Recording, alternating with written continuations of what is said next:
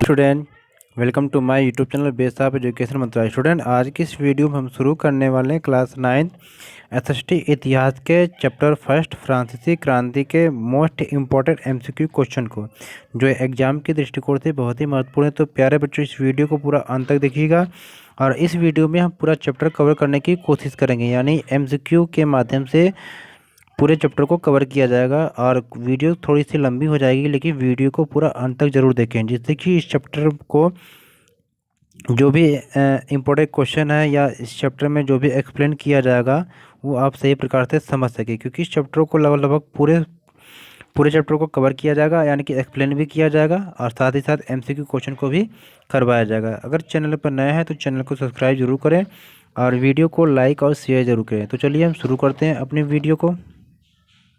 अगर आपने ज्योग्राफी के चैप्टर फर्स्ट और सेकंड के एमसीक्यू क्वेश्चन को आपने अगर नहीं देखा है तो प्लेलिस्ट में जाकर आप उस चैप्टर फर्स्ट और सेकंड ज्योग्राफी के क्वेश्चन को ज़रूर देखें और साथ ही साथ सभी क्वेश्चन के मोस्ट इम्पोर्टेंट क्वेश्चन को भी कराया गया है, उसे भी प्लेलिस्ट से जाकर देखें। तो प्यारे बच्चों, इस वीडियो को पूरा अंत तक देखिएगा, क्योंकि इस वीडियो में बहुत ही महत्वपूर्ण क्वेश्चन को कराया गया है और साथ ही साथ आप कुछ थोड़ी सी टेक्निक अपनाकर एसएसटी में बहुत अच्छे स्कोर कर सकते हैं। जैसे कि जो जो चैप्टर आपके सिलेबस में आ रहा है उस चैप्टर को आप नोट करें और एक एक करके पहले चैप्टर को कंप्लीट रूप से पढ़ लें। तो चैप्टर को आप कंप्लीट रूप से तैयार कर लेते हैं बच्चों, तो उसमें से जो भी क्वेश्चन आते हैं आप उसको बहुत ही अच्छे प्रकार से कर लेते हैं। और चैप्टर बहुत सारे कुछ ऐसे भी चैप्टर होते हैं जो बहुत ही महत्वपूर्ण होते हैं, यानी कि उससे क्वेश्चन एग्जाम में पूछा जाता है। जैसे जो हिस्ट्री का चैप्टर फर्स्ट है फ्रांसीसी क्रांति, इस चैप्टर से जो 1 नंबर यानी एमसी जो क्वेश्चन है बहुत बनते हैं, तो इसलिए इस चैप्टर को बहुत ही अच्छे प्रकार से तैयार करेंगे। और ज्योग्राफी के भी जो चैप्टर फर्स्ट है इससे भी बहुत सारे क्वेश्चन बनते हैं। तो ये कुछ ऐसे भी टॉपिक हैं जिनसे क्वेश्चन जो बनता है, तो इस बात का जरूर ध्यान रखें। जिस क्वेश्चन को हम कहेंगे कि अक्सर एग्जाम में पूछा जाता है उसको बहुत अच्छे प्रकार से तैयार करेंगे। तो चलिए हम देखते हैं। क्वेश्चन शुरू करने से पहले थोड़ा सा एक्सप्लेन कर देते हैं। तो आपको इस चैप्टर में कुछ ऐसे भी क्वेश्चन आपको देखने को मिलेगा, जैसे आपसे पूछा जा सकता है कि फ्रांसीसी क्रांति के समय फ्रांस का राजा कौन सा था। तो आपको पता होना चाहिए कि फ्रांसीसी क्रांति के समय फ्रांस का जो राजा था लुई 16वां था। अब फिर आपसे एक क्वेश्चन पूछा जा सकता है कि लुई 16वां किस राजवंश का था। तो आपको पता होना चाहिए कि लुई 16वां जो था वो बुर्बो राजवंश का था। 1774 में जो लुई 16वां जो था वो फ्रांस की गद्दी पर बैठा हुआ था। और आप सभी को पता है कि जो क्वेश्चन है वो हर एग्जाम में पूछा जाता है किसी न किसी रूप में, कि जो फ्रांस का समाज था वो कितने एस्टेट में बटा हुआ था। तो आप सभी को पता है कि जो फ्रांस का समाज था वो 3 एस्टेट में बटा हुआ था। प्राथमिक स्टेट यानी कि प्रथम स्टेट, द्वितीय स्टेट और तृतीय स्टेट। तो आपके एग्जाम में जो क्वेश्चन पूछा जाता है कि प्रथम स्टेट में कौन आते हैं, द्वितीय में कौन आते हैं, तृतीय में कौन आते हैं, ये आपको पता होना चाहिए कि प्रथम स्टेट में पादरी आते थे, द्वितीय स्टेट में जो कुलीन वर्ग के लोग होते थे वो आते थे, और तृतीय स्टेट में जो आपके मजदूर हो गए, व्यापारी या जो बाकी लोग हैं वो सारे आपके तृतीय स्टेट में आते थे। और ये एक जो क्वेश्चन है जो बहुत पूछा जाता है एग्जाम में आपसे, कि कौन सा ऐसा जो वर्ग था जो सभी प्रकार के टैक्स यानी कि कर देता था। तो आप सबको पता है कि जो तृतीय स्टेट होता है उसे क्या है, सभी प्रकार के टैक्स ये देना पड़ता था। और जो फिर एक क्वेश्चन आपसे पूछा जाता है कि कौन सा ऐसा वर्ग है जो सभी प्रकार के जो टैक्स यानी कि करों से मुक्त था। तो जो प्रथम 2 स्टेट थे, पादरी वर्ग कह लीजिए और जो कुलीन वर्ग, इन दोनों को जन्म से ही कुछ विशेष अधिकार दिया हुआ था, जिससे क्या है कि राज्य को टैक्स देने की जरूरत नहीं थी इनको, तो इनको छूट थी। साथ ही साथ कुछ ऐसे भी टैक्स की चर्चा की गई है, जैसे टाइद हो गया और टाइल। तो आपको पता है कि जो तृतीय स्टेट है इनको ही सारा जो कर चुकाना पड़ता था। तो जो चर्च द्वारा जो टैक्स लगाया जाता था जिसको हम टाइद बोलते थे, और तृतीय स्टेट से जो सरकार के द्वारा जो टैक्स लगाया या वसूला जाता था उसको टाइल कहते थे। तो ये सारे कुछ जो क्वेश्चन है जो एग्जाम में घूम फिर के किसी न किसी रूप से आता है। और ये तो आपको पता ही होना चाहिए कि फ्रांस की क्रांति कब हुई थी, 14 जुलाई 1789 ईस्वी को। और साथ ही साथ आपको ये भी पता होना चाहिए कि जो फ्रांस में क्या है कि महिलाओं को वोट देने का अधिकार कब दिया गया था, और जो यानी कि फ्रांस में जो महिलाओं को वोट देने का जो अधिकार था 1946 में सबसे लास्ट में दिया गया था। और 1848 ईस्वी में फ्रांस के जो सभी उपनिवेशों से क्या है दास प्रथा को समाप्त कर दिया गया था। और जो बहुत फेमस है जो डेट है 1815 ईस्वी में जो वाटरलू का युद्ध हुआ था, तो उस समय क्या है, यूरोप के अन्य देशों ने, कुछ देशों ने मिलकर जो नेपोलियन को इस वाटरलू के युद्ध में हराया था। तो ये भी आपसे कभी कभी एग्जाम में पूछ देता है। और कभी कभी ये आपसे पूछता है कि फ्रांस को गणतंत्र घोषित कब किया गया, यानी कि जो फ्रांस है ये गणतंत्र कब बना। तो ये फ्रांस को जो गणतंत्र, ये 21 सितंबर 1792 ईस्वी में फ्रांस को गणतंत्र घोषित किया गया था। तो ये भी आपको याद होना चाहिए। बहुत सारे ऐसे क्वेश्चन हैं। और इस सारे जो अलग अलग चैप्टर के एमसीक्यू कराने के बाद जो है हम लास्ट में कंबाइंड आपको वीडियो बनाएंगे, जो एग्ज़ाम की दृष्टिकोण से बहुत ही महत्वपूर्ण है। तो ये कुछ जो मेन में थे, हमने इसको क्या आपको एक्सप्लेन कर दिया। अब चलते हैं फास्ट रिवीजन के तौर पे, हम एक एक क्वेश्चन को इसमें करने वाले हैं। तो यहाँ पर जो क्वेश्चन कराया जाएगा और साथ ही साथ इस क्वेश्चन की जो एक्सप्लेन है वो भी आपको दिया जाएगा, तो उसे आप ज़रूर देखेंगे। तो चलिए शुरू करते हैं प्यारे बच्चों।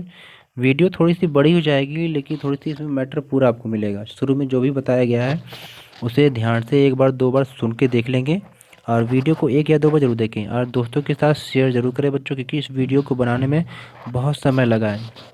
और लाइक शेयर जरूर करें, जितने लोग देख रहे हैं लाइक ज़रूर करें। तो चलिए हम शुरू करते हैं अपने पहले क्वेश्चन से। तो पहला क्वेश्चन हमारा है कि फ्रांस की क्रांति कब हुई। तो आप सभी जानते हैं कि जो फ्रांस की क्रांति है ये कब हुई थी। तो फ्रांस की जो क्रांति है, ऑप्शन दे रखा है ए 1689, 1789, 1889 और 1947। तो प्यारे बच्चों आप सभी जानते हैं कि जो फ्रांस की क्रांति हुई थी ये हुई थी 1789 ईस्वी में, यानी कि 14 जुलाई 1789 ईस्वी में फ्रांस की क्रांति हुई थी। कुछ यहाँ पर और भी क्वेश्चन है कि 1789 में ये फ्रांस की आज़ादी के लिए क्या है, क्रांति हुई थी। और जो इस समय फ्रांस का जो राजा था लुई 16वां था। और एग्जाम में आपसे क्वेश्चन पूछता है कि जो लुई 16वां किस राजवंश का था। ये बुर्बो राजवंश का था। और लुई 16वां जो एक निरंकुश और अत्याचारी शासक था। निरंकुश का मतलब होता है जिसमें किसी भी प्रकार का कोई अंकुश न हो। चलते हैं अगले क्वेश्चन की तरफ। क्वेश्चन सेकेंड हमारा करा है कि लिब्रे क्या था, यानी कि आप सभी जानते हैं कि लिब्रे क्या था। आप सभी को पता होना चाहिए कि लिब्रे जो था, ये जो लिब्रे था ये जो फ्रांस में 1794 तक जो चलने वाली जो मुद्रा था या मुद्रा थी, इसका नाम था क्या, लिब्रे था। ये भी आपको पता होना चाहिए। और जो फ्रांस का जो राष्ट्रगान था जिसका नाम था मार्सिले, यानी कि जो फ्रांस का राष्ट्रगान है मार्सिले है, इसे भी पता होना चाहिए। और कभी आपसे एग्जाम में पूछे कि जो फ्रांस का राष्ट्रगान है इसको किसने लिखा था, तो इसको लिखा था कवि राजेट द लाइट ने लिखा था। तो इसे भी आप याद रखेंगे। चलते हैं अगले क्वेश्चन की तरफ, यानी कि लिब्रे क्या था। जैसे अभी हमने आपको बताया है कि जो ये लिब्रे थी ये क्या थी। ये ऑप्शन ए दे रखा है कि फ्रांस की मुद्रा, बी दे रखा फ्रांस का झंडा, सी दे रखा फ्रांस के राजमहल का नाम, और सी दे रखा डी दे रखा कि फ्रांस के शासक का प्रधानमंत्री। तो आज सबको पता है कि जो लिब्रे था ये क्या, फ्रांस की मुद्रा थी, यानी कि क्वेश्चन नंबर 2 का राइट आंसर ऑप्शन बी हो जाएगा। एक्सप्लेन देख लेंगे कि फ्रांस की मुद्रा को लिब्रे कहा जाता था, और 1794 ईस्वी में इसे क्या समाप्त कर दिया गया था, यानी कि 1794 ईस्वी तक क्या है, फ्रांस की मुद्रा लिब्रे थी। चलते हैं अगले क्वेश्चन की तरफ, यानी कि क्वेश्चन नंबर 3।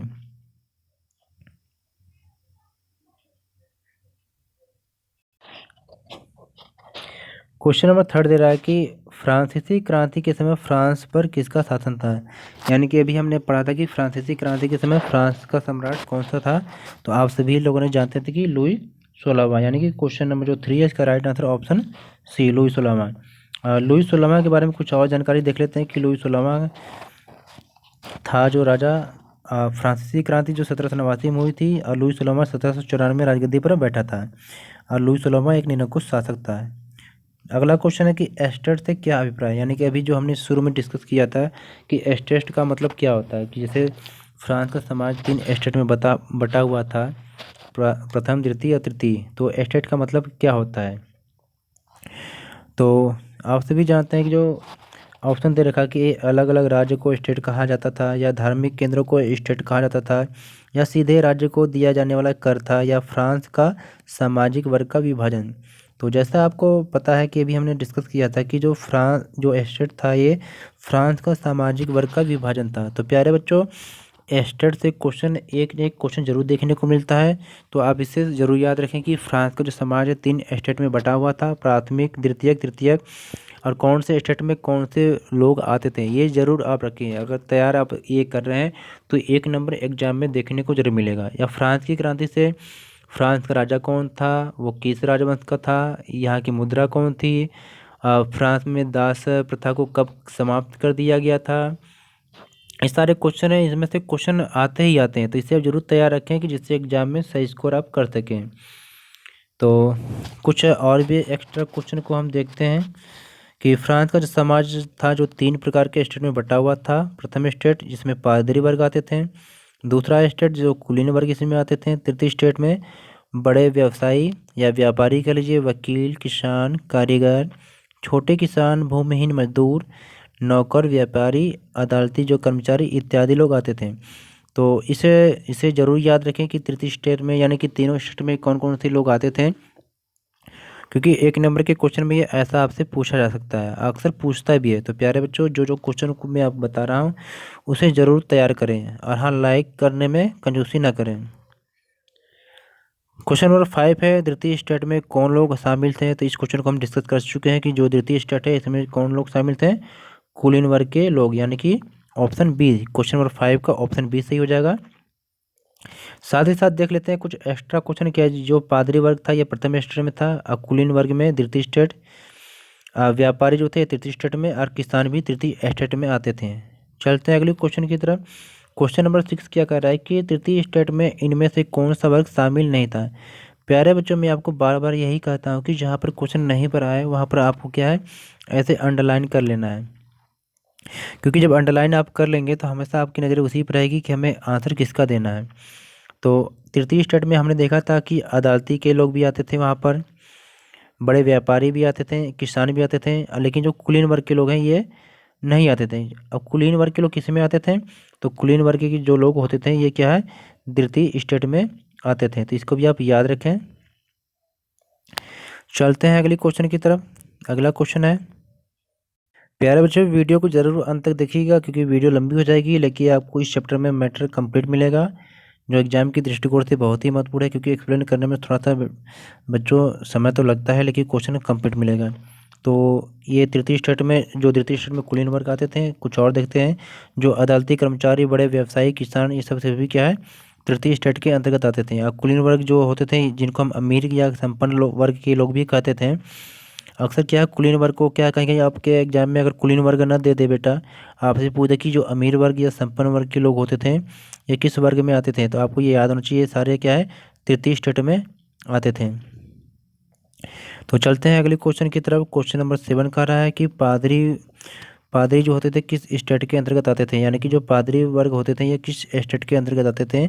तो अभी हमने पढ़ा था कि जो पादरी वर्ग के होते थे ये क्या है, यानी कि प्रथम स्टेट में या प्रथम स्टेट के अंतर्गत आते थे। तो इसे याद रखें, क्योंकि हर ऑप्शन पढ़ने की ज़रूरत नहीं है। और थोड़ा सा देख लेते हैं, चर्च का जो कामकाज देखने वाले को क्या है, पादरी कहा जाता था। यानी कि कभी पूछे कि पादरी किसे कहते हैं, तो आप सभी जान रहे हैं कि चर्च के जो काम देखने वाले होते थे उनको क्या है, पादरी कहते थे। और फिर क्या है, इस प्रकार जो पादरी क्या होते थे, प्रथम स्टेट के अंतर्गत शामिल होते थे। अगला क्वेश्चन है कि फ्रांसीसी समाज में कितने प्रतिशत जनसंख्या किसानों की थी। यानी कि जो फ्रांस का समाज था उसमें क्या है, कितने प्रतिशत जो जनसंख्या थी किसानों की थी। तो ये आपको पता होना चाहिए कि फ्रांसीसी समाज में जो किसानों की जो संख्या थी वो 90% थी। तो फ्रांसीसी समाज में लगभग 90% लोग किसान थे, हालांकि 60% भूभाग पर कुलीन, पादरी और तृतीय स्टेट के अमीर लोग रहते थे। यानी कि जो सबसे जनसंख्या जो किसानों की थी 90% थे, ये लगभग कितने 40% ज़मीन पे थे, क्योंकि जब 60% भूभाग पे कुलीन, पादरी वर्ग के लोग रहते थे, तो 40% पे जिसकी सबसे ज़्यादा संख्या थी वो लोग क्या है, रहते थे। क्वेश्चन नंबर 9 कह रहा है कि इनमें से किसे राज्य को दिया जाने वाला जो कर है देने से छूट था। यानी कि अभी हमने शुरू में डिस्कस कर चुके हैं, यानी कि जितने भी सारे क्वेश्चन इसमें आएगा लगभग हमने उन सारे क्वेश्चन को शुरू में ही डिस्कस कर लिया है। तो उम्मीद करते हैं कि जो बच्चे बहुत ध्यान से सुने होंगे शुरू की वीडियो में, तो वो इन सारे क्वेश्चन को बहुत आसानी से कर लेंगे। तो हमने आपको बताया था कि जो राज्य को जो दिया जाने वाला जो कर था, इससे किन को इन लोगों को छूट थी। तो क्वेश्चन नंबर जो 9 है, तो इन आपको ऑप्शन में से बताना है, यानी कि जो पादरी वर्ग के लोग थे या कुलीन वर्ग के लोग थे, इनको क्या टैक्स से छूट थी। बाकी जो बड़े व्यवसायी, वकील या छोटे किसान लोग हैं, ये सभी क्या है, तृतीय स्टेट के अंतर्गत आते थे, तो इन सभी को क्या है, टैक्स देना पड़ता था। यानी कि क्वेश्चन नंबर 9 का राइट आंसर ऑप्शन ए हो जाएगा। यानी कि प्रथम स्टेट के अंतर्गत पादरी और द्वितीय स्टेट में क्या शामिल कुलीन वर्ग जो होते थे, इन लोगों को क्या था, टैक्स में छूट मिली हुई थी। और जबकि जो तृतीय स्टेट था, इसके अंतर्गत सभी लोगों को क्या टैक्स देना पड़ता था। यानी कि जो सारे जो टैक्स का बोझ होता था वो तृतीय स्टेट के कंधों पर होता था।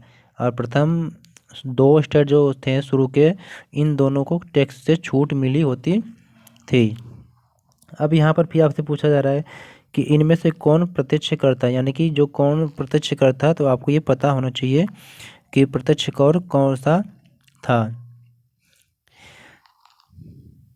तो जो प्रत्यक्ष कर था, इसमें से क्वेश्चन में जो 10th है, इसका राइट आंसर हो जाएगा ऑप्शन बी। यानी कि ऑप्शन बी जो टाइल था, ये प्रत्यक्ष कर था। और जो ये टाइल जो कर था, यह क्या था कि तृतीय स्टेट पर क्या है, सरकार द्वारा लगाए जाने वाला टैक्स था। यानी कि तृतीय स्टेट पर लगाए जाने वाला जो टैक्स था, जिसको हम टाइल कहते हैं, और ये सरकार के द्वारा लगाया जाता था, और ये प्रत्यक्ष कर था। तो यहाँ पर देख लीजिए कि राज्य कह लीजिए या सरकार कह लीजिए द्वारा सीधे तौर पर जो लिया जाने वाला जो कर था, इसको हम क्या कहते थे, टाइल। यहाँ पर भी क्वेश्चन आपका बन जाएगा।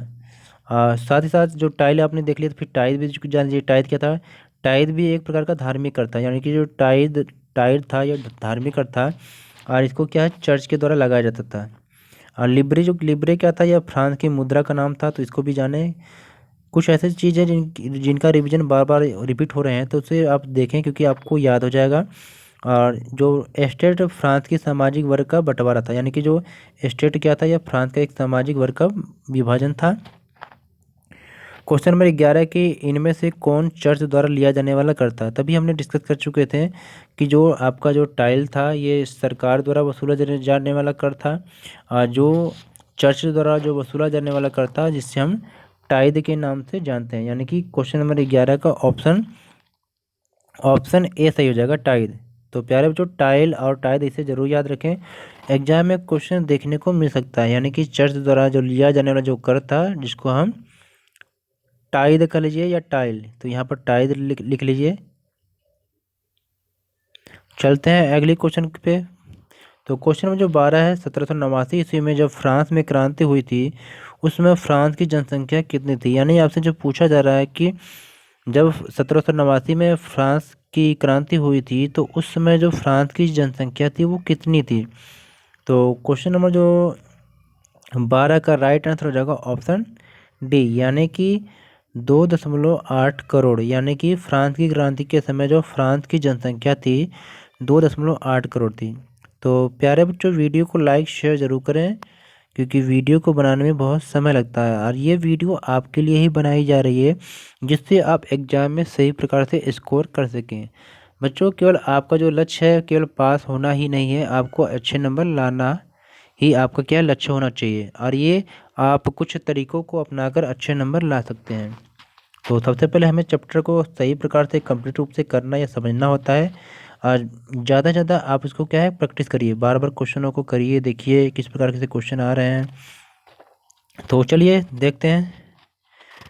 तो 1715 में फ्रांस की जनसंख्या जहाँ पर 2.3 करोड़ थी, और 1789 में बढ़कर 2.8 करोड़ हो गई थी। तो ये एक क्वेश्चन का एक्सप्लेनेशन है, और लास्ट में आप ज़रूर बताएंगे कि आपके कितने क्वेश्चन आ रहे थे, और ये वीडियो आपको कैसी लगी, और हमें आगे किस चैप्टर पे वीडियो बनानी है, किस टाइप की आप बताइए, तभी हमें पता चलेगा कि आप किस प्रकार की वीडियो चाहते हैं।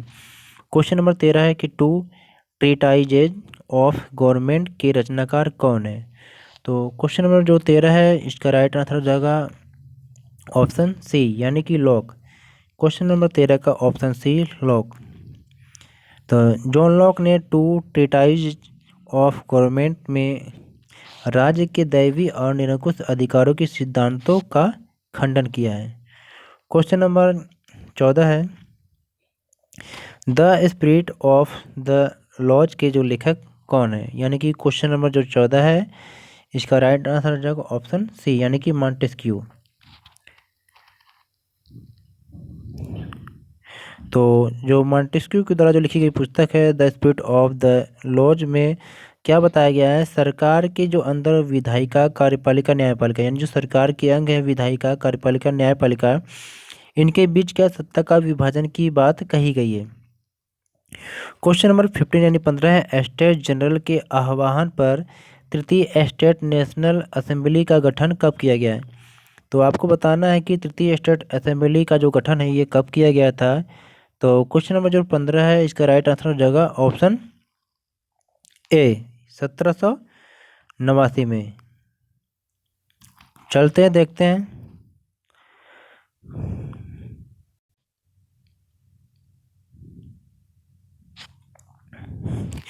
तो क्वेश्चन नंबर जो 15 है, इसका राइट आंसर हो जाएगा ऑप्शन ए, 1789 में।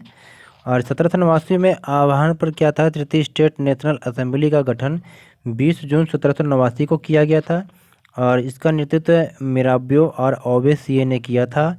इसी दौरान ग्रामीण क्षेत्रों में किसानों का भी विद्रोह हो गया था। और 14 जुलाई को एक जो बास्तिल का जो किला था, यहाँ पर क्रांतिकारियों ने क्या हमला भी कर दिया था, और जो वहाँ के जो कैदी थे उसको जेल से क्या मुक्त करा दिया था। और तब से ही क्या है, 14 जुलाई को फ्रांस का राष्ट्रीय दिवस के रूप में भी मनाया जाता है। प्यारे बच्चों, अगर आपको इस वीडियो की यानी इसकी जो पीडीएफ आपको चाहिए तो हमारे Telegram group Base of Education Mantra से जुड़ेंगे, और वहाँ से सभी क्वेश्चन के यानी कि हिस्ट्री, ज्योग्राफी, सबके जो एमसीक्यू क्वेश्चन को आप लेकर उसकी सही प्रकार से प्रैक्टिस कर लेंगे आप। तो पीडीएफ के लिए टेलीग्राम जरूर ग्रुप ज्वाइन करें। क्वेश्चन नंबर 16, 16 की सम्राट के शक्तियों पर अंकुश लगाने और सभी मनुष्य को मूलभूत अधिकार प्राप्त करने के लिए फ्रांस में संविधान कब बना? यानी आपसे पूछ रहा है कि फ्रांस में संविधान का निर्माण कब हुआ था। तो क्वेश्चन नंबर जो 16 है, इसका राइट आंसर ऑप्शन बी हो जाएगा, 1791 ईस्वी में। और कुछ एक्स्ट्रा क्वेश्चन को देखते हैं। 1789 में जो स्टेट जनरल के आह्वान पर तृतीय स्टेट नेशनल असेंबली का गठन किया गया था, और इस असेंबली के द्वारा जो क्या था, मिराबियो और ओबेसिये ने किया था। यानी कि इस असेंबली का जो नेतृत्व था ये मिराबियो और ओबेसिये ने किया था, जिसका प्रमुख जो लक्ष्य था संविधान तैयार करना, और जो 1791 ईस्वी में क्या है, कंप्लीट रूप से तैयार हो गया था। तो फिर वही क्वेश्चन है कि फ्रांस गणराज्य कब बना था। तो इस क्वेश्चन को आप देखेंगे। तो क्वेश्चन नंबर जो 17 है कि फ्रांस गणराज्य कब बना था, तो इस क्वेश्चन का जो राइट आंसर हो जाएगा ऑप्शन बी सही हो जाएगा, यानी कि ऑप्शन डी सही हो जाएगा। क्वेश्चन नंबर 17 का ऑप्शन डी सही हो जाएगा, यानी कि 1792 में। यानी कि कब? 21 सितंबर 1792 ईस्वी में। तो इसको आप देखेंगे, यानी कि जो फ्रांस है ये गणराज्य कब बना था? 21 सितंबर 1792 ईस्वी में बना था। और देखते हैं कि 1789 में हुई क्रांति का इतना प्रभाव पड़ा कि 1791 में फ्रांस में संविधान बना, और 1792 में फ्रांस गणराज्य घोषित हो गया। और 1793 में लुई 16वां को फांसी दे दी गई थी। यानी कि 1793 ईस्वी में लुई 16वां को फांसी दे दी गई थी। 21 जनवरी 1793 ईस्वी को लुई 16वां को क्या फांसी दे दी गई थी। क्वेश्चन नंबर 18 है कि नेपोलियन फ्रांस का सम्राट कब बना? यानी कि आपसे पूछा जाता है कि नेपोलियन फ्रांस का सम्राट कब बना था। तो आप सभी को पता होना चाहिए कि नेपोलियन जो था ये फ्रांस का जो सम्राट 1804 ईस्वी में बना था, और उसने एक संहिता भी शुरू किया था जिसको नेपोलियन संहिता के नाम से भी जानते थे। तो यहाँ पर देखते हैं कि 1792 में जब फ्रांस गणराज्य घोषित हुआ था, 1793 में लुई 16वां को फांसी दे दी गई थी। और इसके पश्चात रोबेस्पियर को भी क्या है 1793 में गिलोटिन पर चढ़ा दिया गया था। तो गिलोटिन एक ऐसा प्रकार था धारदार जिसपे रखने पर क्या है गला कट दिया जाता था, इस प्रकार का ऐसा कोई साधन था। और फिर उसके बाद फ्रांस पर जो बाहरी राज्यों के हस्तक्षेप के कारण फ्रांस को भी क्या युद्ध में शामिल होना पड़ा था। और फिर अंत में क्या था, सत्ता नेपोलियन के हाथों में आ गई थी, और उन्होंने 1804 ईस्वी में स्वयं को क्या है फ्रांस का सम्राट घोषित कर लिया था नेपोलियन ने।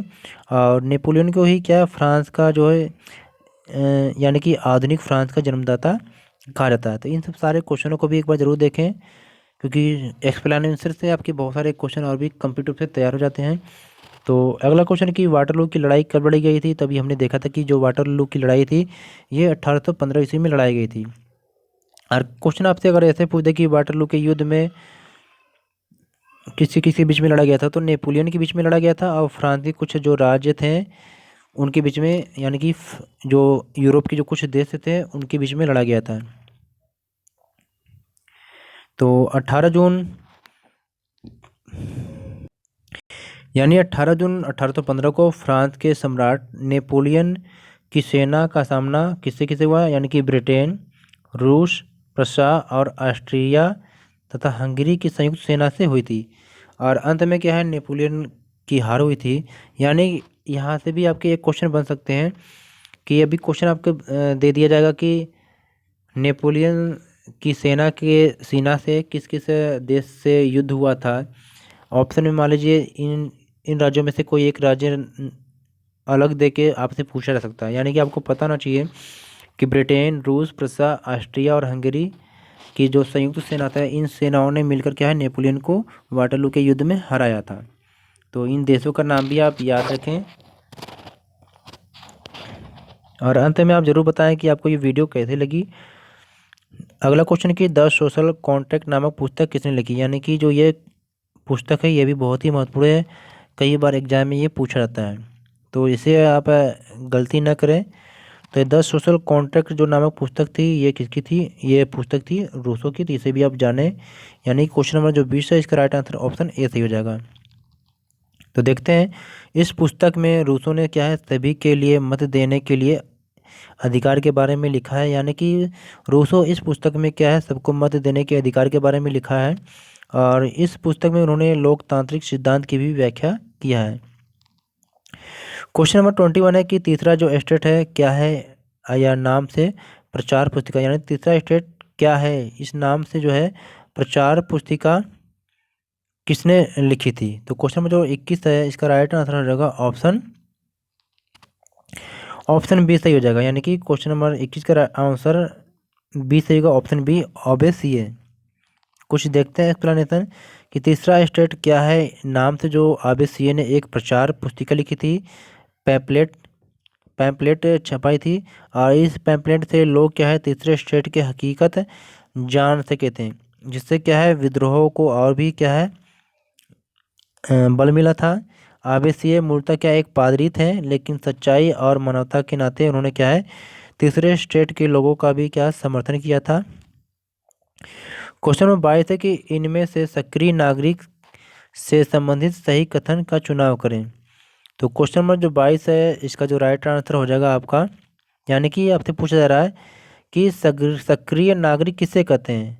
तो आपको जब पता होगा कि सक्रिय नागरिक में कौन कौन से आएंगे तो आप क्वेश्चन को सही कर लेंगे। ऑप्शन दे रखा है आपका कि 18 वर्ष से जो सभी आयु के जो ऊपर के लोग होते थे उनको सक्रिय नागरिक कहते थे, या 25 वर्ष से सभी ऊपर पुरुष को कहते थे, या 25 वर्ष से अधिक आयु वर्ग के ऐसे पुरुष जिन्हें मत देने का अधिकार प्राप्त था उनको कहते हैं, या फ्रांस में जन्म लेने वाले लोगों को। तो आप सभी को पता है कि जो सक्रिय नागरिक थे इनको किसे कहते थे, यानी कि ऑप्शन सी सही है कि 25 वर्ष से जो अधिक आयु के ऐसे पुरुष होते थे जिन्हें मत देने का अधिकार होता था उनको सक्रिय नागरिक के रूप में जाना जाता था। तो ऑप्शन देख लेंगे, वोट देने का जो अधिकार 25 वर्ष से अधिक आयु वर्ग के ऐसे पुरुषों को ही था जो कम से कम 3 दिन की मजदूरी के बराबर कर चुकाते थे। यानी कि ये भी क्वेश्चन बहुत ही महत्वपूर्ण है, एग्जाम में किसी भी प्रकार से पूछा जा सकता है कि सक्रिय नागरिक के लिए निम्न में से कौन से कथन सत्य हैं, ऐसे भी क्वेश्चन पूछा जा सकता है। तो आपको पता होना चाहिए कि सबसे पहले तो 25 वर्ष से जो अधिक उम्र के लोग थे पुरुष थे उनको सक्रिय नागरिक कहते थे, यानी उनको वोट देने का अधिकार था। दूसरा क्या करा कि वोट देने का जो अधिकार है केवल 25 वर्ष से अधिक आयु के ऐसे वर्गों को था जो कम से कम 3 दिन की मजदूरी के बराबर कर चुकाते हों। साथ ही साथ इस प्रकार फ्रांस में सक्रिय जो नागरिकों की संख्या थी वो 40 लाख थी, जबकि पुरुष जनसंख्या 2.8 करोड़ थी। क्वेश्चन नंबर 23 यानी कि जैकोबिन क्लब क्या था, यानी कि जो जैकोबिन क्लब था वो क्या था। तो आप सभी को पता होना चाहिए कि जो जैकोबिन क्लब था यह क्या था, छोटे दुकानदार और कारीगरों का एक क्लब था। जैकोबिन जो क्लब के जो सदस्य थे मुख्यतः समाज के गरीब वर्ग के लोग ही थे। इनमें जो छोटे दुकानदार कारीगर जैसे जूता बनाने वाला, पेस्ट्री बनाने वाला, घड़ी सा, यानी कि जो सभी जो छोटे छोटे जो लोग थे वो इनके क्या थे, इसमें शामिल थे। क्वेश्चन नंबर 24 है कि लुई सुलामा के पतन के बाद छोटे दुकानदारों और कारीगरों के नेता कौन थे, यानी कि जो जैकोबिन क्लब बनाया गया था इसका नेता कौन था। आपसे क्वेश्चन में यही पूछा जा रहा है। तो आप सभी जानते हैं कि क्वेश्चन नंबर 24 है, इसका राइट आंसर हो जाएगा ऑप्शन सी, यानी कि मैक्सिमिलियन रोबेस्पियर। तो लुई सुलामा के पतन के बाद भी क्या फ्रांस की स्थिति में कोई बड़ा सुधार नहीं हुआ था और वोट देने का अधिकार मुख्यतः अमीरों को ही था। इसी के बाद क्या है, जैकोबिन क्लब भी बना था, जिसके सदस्य क्या थे, छोटे छोटे दुकानदार कारीगर और थे, और इसका जो नेतृत्व यानी कि जो नेता था मैक्सिमिलियन रोबेस्पियर था। तो कभी क्वेश्चन में पूछा जा सकता है कि जैकोबिन क्लब का जो नेता कौन सा था। तो और आपसे एक भी पूछा जा सकता है कि आतंक का जो राज था किसने स्थापित किया, या टाइम पीरियड भी पूछा जा सकता है। तो आप इसको याद रखें, यानी कि 1793 से लेकर 1793 से लेकर 1794 का जो काल था, इस काल को क्या कहते थे, आतंक का काल भी कहते थे। तो इसको भी आप जाने। और किसने स्थापित किया था, अगर आपसे ये पूछा जाए तो इसको भी साथ ही साथ जाने, यानी आतंक का जो राज था किसने स्थापित किया, तो ये ऑप्शन बी सही हो जाएगा, यानी कि रोबेस्पियर। तो 1793 के बीच के कार्यकाल को फ्रांस में क्या है, आतंक का राज के नाम से जानते हैं। रोबेस्पियर ने नियंत्रण और दंड की नीति अपनाई थी। रोबेस्पियर ने कुलीन, पादरी और अन्य राजनीतिक दलों के लोगों जो जो क्या है उनकी कार्यशैली से असहमति रखते थे उन सबको गिरफ्तार कर जेल में डलवा दिया, तथा क्रांतिकारी न्यायालय द्वारा उन पर क्या है मुकदमा चलाया गया। और जो भी दोषी पाए जाते थे उन्हें क्या गिलोटिन पर चढ़ाकर सिर कलम कर दिया जाता था। यानी कि क्वेश्चन नंबर जो 26 है कि गिलोटिन क्या है, यानी कि गिलोटिन क्या था, तो इसको भी आप देखेंगे।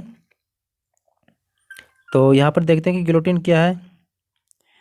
गिलोटिन क्या है, क्वेश्चन नंबर जो 26 है इसका राइट आंसर हो जाएगा ऑप्शन सी, यानी कि जो गिलोटिन था ये सिर से धड़ अलग करने वाली एक मशीन थी जिस पे आप सर रखते थे, फिर उससे क्या जब गिराते थे सर धड़ अलग होता है। यानी गिलोटिन दो खंभों के बीच लटकते आरी वाली एक मशीन थी जिस पर क्या रखकर अपराधी का सिर धड़ से अलग कर दिया जाता था। और इस मशीन का जो नाम था इसके आविष्कारक डॉक्टर गिलोटिन के नाम पर पड़ा था। यानी कभी कभी पूछ दे कि गिलोटिन जो मशीन थी इसके आविष्कारक का क्या नाम था, तो आपको भी ये भी पता होना चाहिए। क्वेश्चन नंबर 27 कि मैक्सिमिलियन रोबेस्पियर को गिलोटिन पर कब चढ़ाया गया था, यानी कि मैक्सिमिलियन को भी क्या गिलोटिन पर चढ़ा दिया गया था। तो ये 1794 ईस्वी में चढ़ाया गया था। यानी कि क्वेश्चन नंबर जो 27 है ऑप्शन ए सही हो जाएगा। तो रोबेस्पियर ने भी अपनी नीतियों को सख्ती से लागू किया था, जिसके कारण क्या उसके समर्थक ही क्या है परेशान हो गए थे, जिसके कारण से ये उसे क्या जुलाई 1794 को क्या है न्यायालय द्वारा उसे दोषी ठहराया गया था, जिसके कारण को भी क्या है मौत की सजा मिली थी। यानी कि अगला क्वेश्चन, फ्रांस में महिलाओं को मत देने का अधिकार कब हासिल हुआ, यानी कि अभी जो बताया गया था कि फ्रांस में महिलाओं को वोट देने का अधिकार कब दिया गया था। तो 1946 ईस्वी में फ्रांस में महिलाओं को वोट देने का अधिकार दिया गया था। यानी क्वेश्चन नंबर 28 का राइट आंसर ऑप्शन डी।